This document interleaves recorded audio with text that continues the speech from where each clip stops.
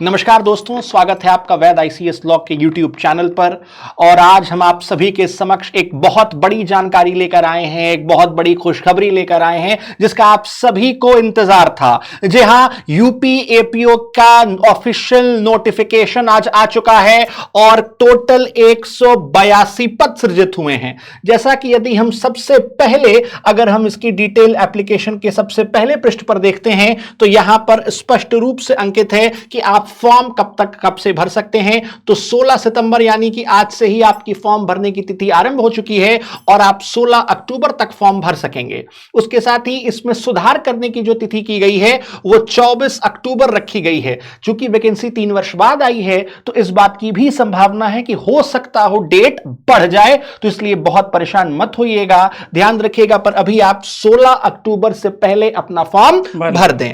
उसके बाद जैसे ही हम आगे बढ़ते हैं, यहां पर एप्लीकेशन फीस के बारे में बताया गया है। सबसे पहले आपको क्या करना होगा कि आपको अपना ओटीआर ऑथेंटिकेट करना होगा। ओटीआर का अर्थ होता है वन टाइम रजिस्ट्रेशन। यदि आपने यूपीपीएससी की पहले कोई भी परीक्षा दे रखी है, मान लीजिए आपने 2022-23 का पीसीएस दिया था या आपने पीसीएस भरा या कोई और परीक्षा दी है, तो आपको केवल इसकी फीस देनी रहेगी, सारे डॉक्यूमेंट्स आपके होंगे। अन्यथा आपको एक बार ओटीआर करना पड़ेगा। आपको अपना ओटीआर नंबर जो आपको अलॉट हुआ होगा, आपके मेल पर आया होगा, आपको उसे क्लिक करना रहेगा। उसके बाद जब हम फीस की बात करते हैं तो जो अनरिजर्व्ड या फीस है उसको 100 रुपए रखा गया है, जबकि 100 रुपए एग्जाम फीस है और ऑनलाइन प्रोसेसिंग फीस 25 रुपए, तो कुल 125 रुपए रखी गई है। जबकि शेड्यूल कास्ट और शेड्यूल ट्राइब के लिए जो टोटल फीस रहेगी वो 65 रुपए रहेगी। उसके साथ ही पीडब्ल्यूडी के लिए, पर्सन विद डिसेबिलिटीज यानी कि जो हमारे दिव्यांगजन हैं, उनके लिए जो फीस रहेगी वो टोटल 25 रहेगी। और एक्स सर्विसमैन के लिए जो फीस है वो 65 रुपए रखी गई है। एक बात को लेकर के एस्पिरेंट्स में थोड़ी सी मायूसी या थोड़ी सी निराशा हो सकती है कि वैकेंसीज तो 182 बताई जा रही थी और लोगों ने अनुमान लगाया था कि 182 हैं तो कम से कम 90 या 88 पद तो प्राप्त होंगे ही।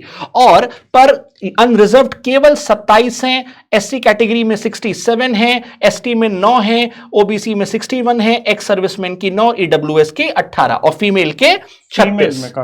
फीमेल में हालांकि काफी बढ़ोतरी हुई है, पर ध्यान रखिएगा ये वैकेंसीज बढ़ भी सकती हैं, निश्चित रूप से बढ़ेंगी। पर अभी तय मान के चलिए कि ये सिर्फ 27 नहीं रहेंगी, निश्चित रूप से इनमें बढ़ोतरी हमें देखने को मिलेगी। जब हम आगे की बात करते हैं तो इसमें वो तमाम और इंफॉर्मेशंस दे रखी हैं।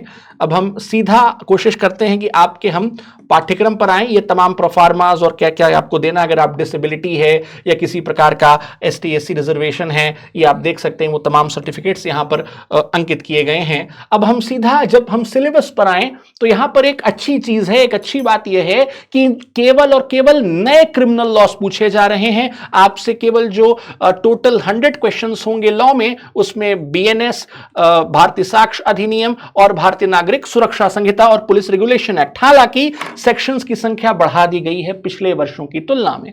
जहां पर 10 से 15 सवाल पूछे जाते थे, वहां अब भारतीय न्याय संहिता बीएनएस में 30 सवाल पूछे जाएंगे, भारतीय साक्ष्य अधिनियम में 20 सवाल पूछे जाएंगे और बीएनएसएस यानी जो पहले सीआरपीसी था 25 सवाल। और भारतीय संविधान आपकी जीएस में भी मदद करेगा, लॉ में भी मदद करेगा, वहां से कुल 10 सवाल पूछे जा रहे हैं। जबकि जीएस में सच कोई परिवर्तन नहीं किया गया है। General science, history of India, Indian national movement, polity, economy और वर्ल्ड ज्योग्राफी और पॉपुलेशन और उनके क्वेश्चंस भी दिए गए हैं। साथ ही ध्यान रखिएगा कि यहां पर माइनर लॉस को ऐड किया गया है मेंस, इसके बारे में भी हम लोग डिटेल में बात करेंगे।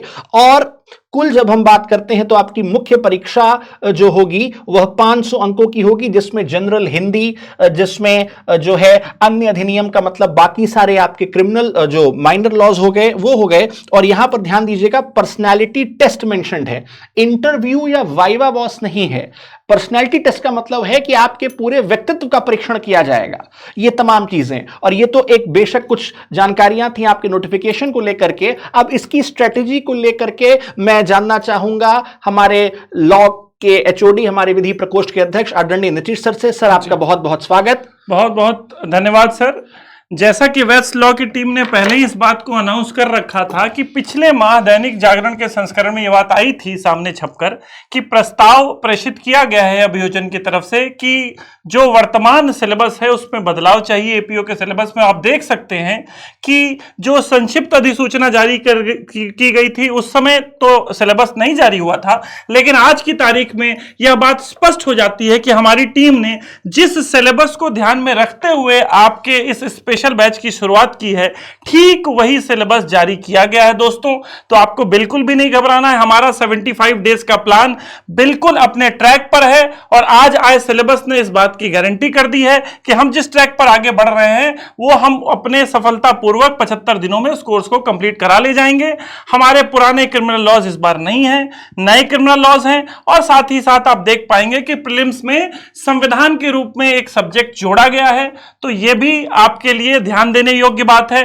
पुलिस रेगुलेशन वहीं का वहीं है, तो एक पुलिस रेगुलेशन को छोड़कर सर प्री में तमाम तब्दीलियां आप देख सकते हैं जहां तक कि लॉ का हवाला है, लेकिन जीएस जस का तस बना हुआ है जैसा जीएस पहले यूपी एपीओ में था।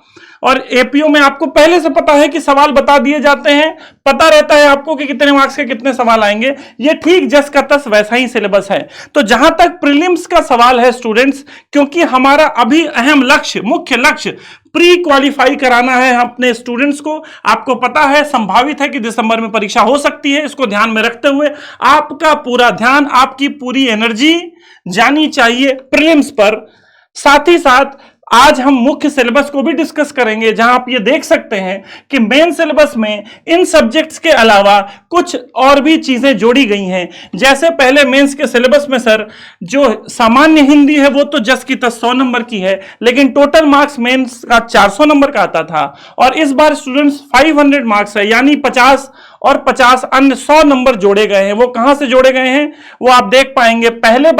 पहली बात तो यह कि आपके सामान्य ज्ञान के 100 अंक में से कटौती की गई है और 50 अंकों का सामान्य ज्ञान कर दिया गया है, और वो जो 50 अंक हैं वो सामान्य अंग्रेजी के नाम से, जनरल इंग्लिश के नाम से अलॉट किए गए, पेपर को सर ऐड किया गया है। लेकिन सर ध्यान देने योग्य है कि जो इंग्लिश और जीके का पेपर है वो सिर्फ 1.5 घंटे का है और अन्य सब्जेक्ट्स जो हैं, यानी 100 नंबर वाले सब्जेक्ट्स मेंस में 3 घंटे के हैं और 2 सब्जेक्ट्स 50 नंबरों वाले वो 1.5 घंटे के हैं। तो ये आपको ध्यान देने योग्य बात है कि किस सब्जेक्ट पर कितना फोकस करना है। मेंस में आप देख पा रहे होंगे स्टूडेंट्स कि जो आपका साक्ष्य अधिनियम है अकेले उससे 100 नंबर के सवाल आते हैं सर। और प्री में आप देखेंगे कि प्री में 3 क्रिमिनल लॉस में वरीयता ज्यादा बीएनएस को दी गई है, पिछली बार भी आईपीसी को दी गई थी। आईपीसी में 35 हुआ करते थे, उस 35 के 5 कम करके अलॉट किए गए हैं कहीं ना कहीं वो संविधान की तरफ, और इस बार बीएनएसएस में भी 25 नंबर हैं, बीएसए में 20 नंबर हैं, लेकिन मेंस में यही बीएसए 100 नंबर कहा जाता है। तो हमारी टीम अभी प्रीलिम्स की स्ट्रेटजी के साथ आगे बढ़ चुकी है और मेंस को लेकर जैसे ही हमारे प्रीलिम्स के एग्जाम्स अप्रोच करेंगे और वो होंगे, हमारी टीम तैयार है कि हमारे प्रारंभिक परीक्षा में सफल हुए विद्यार्थियों को हम पूरी एकजुटता के साथ मुख्य परीक्षा की भी तैयारी करा सकें। सर मेरा यहां पर आपसे प्रश्न है कि अगर मान लीजिए मैं एक प्रैक्टिस करने वाला एक एडवोकेट हूं, अधिवक्ता हूं और मुझे प्रिपरेशन करनी है और अब सिलेबस मेरे सामने है, नोटिफिकेशन आ चुका है, तमाम चीजें हैं, तो सर 75 दिनों का हम कह रहे हैं कि हमारा सिलेबस है, तो सर क्या स्ट्रैटेजी सर रहनी चाहिए और किस तरीके से मैं अपने प्रिपरेशन पर फोकस करूंगा? और सर अगर मुझे कोई इंस्टीट्यूट ज्वाइन करना है तो किस आधार पर, हमारा तो खुद स्वयं एक संस्थान है पिछले 4 दशकों से, पर सर किस आधार पर हमें संस्थान का चयन करना चाहिए और क्या हमारी रणनीति होनी चाहिए इन 75 दिनों के? जो सबसे प्रमुख आधार होना चाहिए मेरा मानना है सर, वो सबसे अहम पहलू है कि आपको यह ध्यान देना है कि लॉ के साथ साथ जो दूसरा विषय है उसको आप कमतर नहीं आंकेंगे। मेरी जानकारी में कई ऐसे विद्यार्थी हमारे रहे, हमारे जानने वाले मित्र रहे जो 2022 या उससे पहले की परीक्षाओं में जिनको लॉ में तो बहुत अच्छा सिक्योर कर पाते थे, वो 100 में 85, 100 में 90 कर पाते थे, लेकिन जीएस में किस तैयारी न होने के चलते 10, 15, 20 से आगे वो नहीं बढ़ पाए। और अक्सर सर ऐसा देखा गया है कि कोचिंग संस्थानों में, जुडिशियल सर्विसेज और एपीओ से जुड़ी हुई संस्थानों में लॉ को लेकर तो ध्यान दिया गया है, लेकिन जीएस को कहीं ना कहीं उपेक्षित किया जाता है। लेकिन हमारी तरफ से जो प्लानिंग की गई है, जैसा आपने सवाल पूछा कि वर्किंग लोग हैं, कुछ ऐसे भी कुछ लोग हैं जो अधिवक्ता के रूप में प्रैक्टिस कर रहे हैं। आपको पता है जो मैक्सिमम एज है एपीओ में वो 40 इयर्स की है, यानी बहुत से ऐसे लोग भी अर्हता प्राप्त कर सकते हैं, एग्जाम दे सकते हैं, जो शायद प्रैक्टिसिंग हो, काफी समय उनका कोर्ट में जाता हो। तो हम लोगों ने अपनी तरफ से 2 बैचेस तैयार किए हैं, एक मॉर्निंग का बैच है और सर एक इवनिंग का बैच है। मॉर्निंग का बैच तो सर चूंकि हम लोग केवल एक बैच में, मैं तमाम बच्चों को बता दूं कि हम लोग केवल एक बैच में 50 स्टूडेंट्स को एनरोल करते हैं, तो मॉर्निंग का बैच हमारा फुल हो चुका है यूपी एपीओ का। अब केवल इवनिंग बैच है जिसमें भी लिमिटेड सीट्स हैं, इवनिंग हाइब्रिड मॉडल पर हम लोग चल रहे हैं। खासतौर से वो विद्यार्थी जो प्रैक्टिसिंग एडवोकेट्स हैं उनके लिए इवनिंग बैच मुझे लगता है ज्यादा सूटेबल होगा, क्योंकि हमारे मॉर्निंग बैचेस जो फुल हो चुके हैं उसमें आप देखेंगे ज्यादातर ऐसे बच्चे हैं जो अभी हाल में एलएलबी कंप्लीट किए हैं। लेकिन इवनिंग बैच में हमारे अधिकांश विद्यार्थी ऐसे हैं जिनका 4 साल 5 साल 6 साल आपका एलएलबी किए हुए हो गया है। उन विद्यार्थियों के लिए हमने शाम को जो बैचेस अनाउंस की है, जो अलॉट की है टाइमिंग, वो 4 से 5 घंटे की है, जिसमें हम लॉ के 2 सब्जेक्ट्स भी पढ़ा रहे हैं और साथ ही साथ जीएस का भी एक डेडिकेटेड बैच, डेडिकेटेड स्लॉट शामिल है जी। तो सर यहां पर हम लोगों की रेगुलर क्लासेस जीएस की चल रही हैं, रेगुलर क्लासेस लॉ की चल रही हैं, और मैं बता दूं कि हम लोगों ने इस एपीओ के नोटिफिकेशन का या वैकेंसी के अखबार में आने का इंतजार नहीं किया था। हम लोगों ने, आप देख सकते हैं, मैंने पहला वीडियो अगस्त के अंत में बनाया था जिसमें आपको जानकारी दी थी कि यूपी एपीओ की पूरी संभावना है आने की, और हम लोगों ने टेस्ट सीरीज भी 6 सितंबर से आरंभ कर दी थी, जो यूपी एपीओ की डेडिकेटेड और नए लॉस की टेस्ट सीरीज हम लोगों ने आरंभ की थी। बिल्कुल सही। मुझे लगता है हमारा संस्थान सबसे पहला संस्थान होगा जो इस बात को भांपते हुए कि एपीओ में शायद उतना समय ना मिले जो अन्य परीक्षाओं में मिल पाता है, इसको भांपते हुए हमने बैचेस इस अधिसूचना के आने से पहले ही स्टार्ट कर दिए थे, और हमारे क्लासेस चाहे वो बीएसए के हों, बीएनएसएस के हों, वो ऑलरेडी शुरू हो चुके हैं। और 23 को एक हमारा नया बैच भी सर शुरू होने वाला है, जिसमें उसी समय के साथ, उसी तन्मयता के साथ हम चाहेंगे कि स्टूडेंट्स भी पूरी हार्डवर्क के साथ हमसे जुड़ें, ताकि हम अगले 75 दिनों में अपने डेडलाइन के अंतर्गत इस कोर्स को कंप्लीट करा सकें। मेरा एक और प्रश्न है, जो वैकेंसी हम देख रहे हैं ये लगभग 3 वर्षों के बाद आई है, 3 साल के बाद हमें देखने को, तो सर वो अभ्यर्थी जो शायद ओवर एज हो गए हों, तो क्या उन्हें फिर से इस परीक्षा में बैठने का मौका मिलेगा? जी, जहां तक, क्योंकि 22 में भी जब नोटिफिकेशन आया था, तो बाद में इसके लिए हमें आयोग ने इसमें अगर आप क्वालिफिकेशन की तरफ सर ले जाएंगे जी, तो ये बात यहां पर स्पष्ट रूप से कर दी गई है। अगर आप शुरुआत के पेजेस में जाएंगे तो यहां पर ये बात लिख दी गई है कि आपकी एज कहां से काउंट होगी, और ये देखना बड़ा जरूरी है। तो हम एक बार क्वालिफिकेशन के, पहली बात तो आप क्वालिफिकेशन देखेंगे, और क्वालिफिकेशन के साथ साथ एज लिमिट भी हम लोग डिस्कस करेंगे। आप देख पाएंगे जैसा हमने कहा था कि क्वालिफिकेशन के लिए केवल लॉ डिग्री का होना पर्याप्त है। अब जहां तक एज लिमिट की बात है सर, ये लिखा हुआ है रिलैक्सेशन इन दी अपर एज लिमिट, तो आप देख पाएंगे कि जहां तक एज लिमिट की बात है, तो पहली बात की आपकी उम्र 21 से 40 के बीच पूछी गई है, और जो डिटरमाइनिंग डेट है वो है 1 जुलाई 2025। उसके साथ साथ जो रिलैक्सेशन दिया गया है वो आप देख सकते हैं, वो SC ST को लेकर दिया गया है, और अपर एज लिमिट फिजिकली हैंडीकैप्ड लोगों को जरूर दिया गया है। तो हम देख पाएंगे कि जो रिलैक्सेशन है वो जो उपयुक्त कैंडिडेट्स हैं उनके लिए है, अदरवाइज 21 से 40 की एज है। आपको पता होना चाहिए कि पीसीजे में सर जो मैक्सिमम एज लिमिट है वो 35 ही है जी, एपीओ में 40, लेकिन एपीओ में 40 है जी, और कोई अटेम्प्ट बार नहीं है, कोई अटेम्प्ट बार नहीं है में।